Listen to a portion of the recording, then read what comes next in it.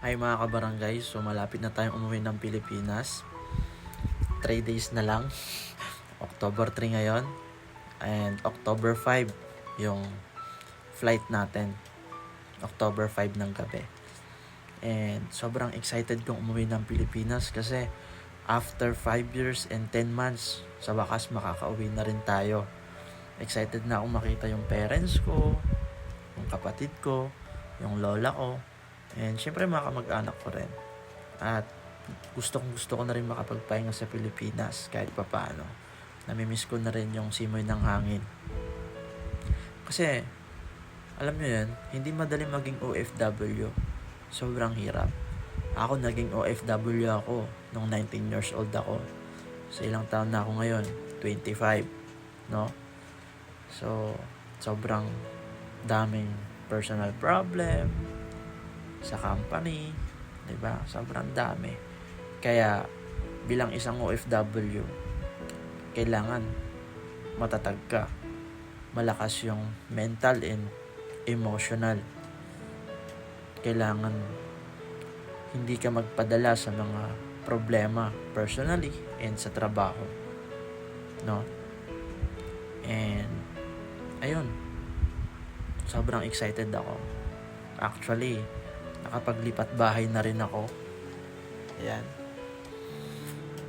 So, inampun muna ako ng tropa ko dito sa bahay niya. So, shout out sa tropa natin, kumpare natin na si John Dale Manalang. Okay, shout out pare. So, ayan. Kunting tulog na lang. And makakauwi na tayo ng Pilipinas. Anyway guys, di ako makatulog. 2:15 AM na. Feeling excited. Anyway, kumuha lang ako ng clip. Gusto ko lang i-share. Wala lang. Hindi ko ma-relax yung utak ko habang bago matulog eh. So, sobrang nai-excite ako pa uwi. So, isang tulog na lang. And, babiyahin na kami. Papuntang airport. Okay, so, see you Philippines. Good night muna. Hi guys, what's up mga kabarangay? So naka-prepare na tayo, nakaligo na tayo, and at the same time, alas 4 na tayo nakatulog kanina. Kanina madaling araw. Ewan ko, sobrang excited yata. So feeling excited, no? Kaya hindi makatulog. So alas 4 na ako nakatulog kanina. So ayun, ilang oras na lang, biyahe na tayo papuntang Incheon Airport at pauwi na tayo ng Pilipinas. So let's go!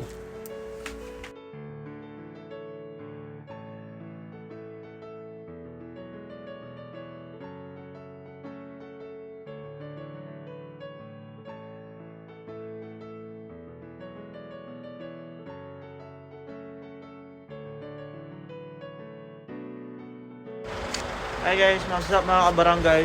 Nandito na kami sa bus terminal. So, andito na yung mga gamit ko. Okay. So, mag-aantay na lang kami ng oras paalis. Hi guys, nakasakay na kami ng bus. Okay, Sabang Pilipinas. Sakto naka-red and blue kami. Bye-bye.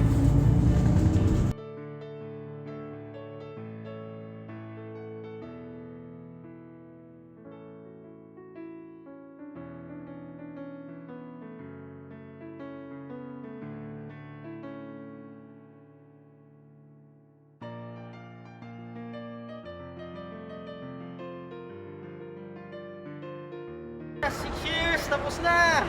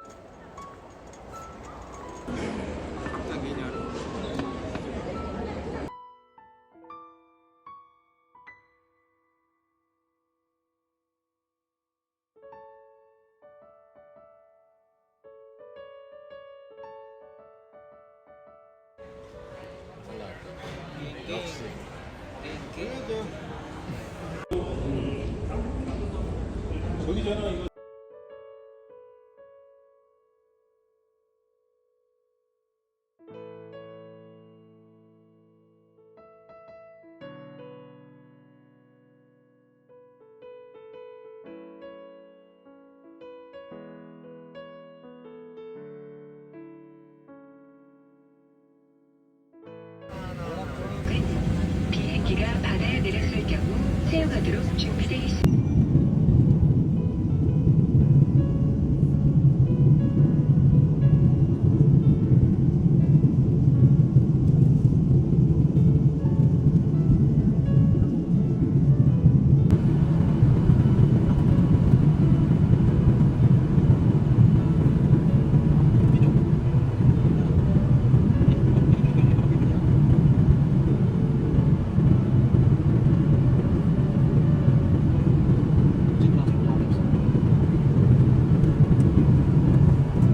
Hello, madlang people.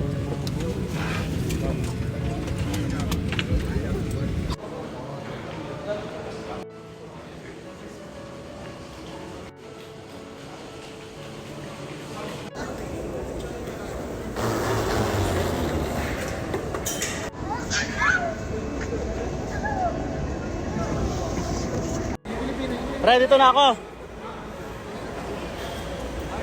Hello, mama. Oh, pa. Go. Hello, mama. Dala ka sa dara, ano pala na? Hello, Mai. Ano? Mama, tita. Ay, sa wakas. Thank you, Lord. Ingatan niyo po kami sa biyahe pa uwing Pangasinan. Mag-weekend ka naman dito. Kita, muli.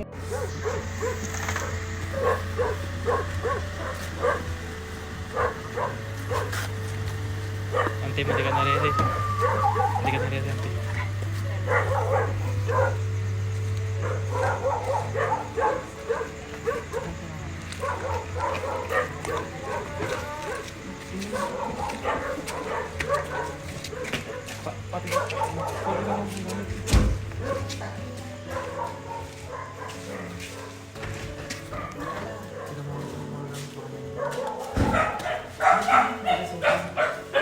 Susi. Kalak ko gusto mo.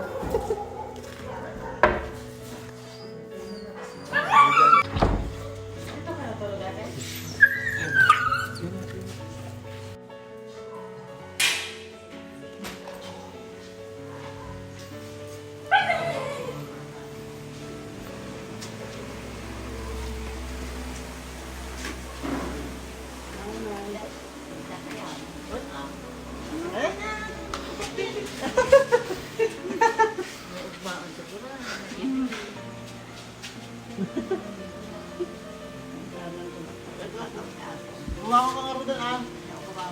Oh, nakawin ka. May ka. Oh, bagkatin mo na yan ka.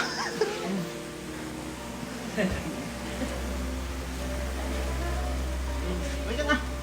Nakakit din. Okay, akatin na mo yan, oh. Baka mapatid ka. Oh, gilid mo yan.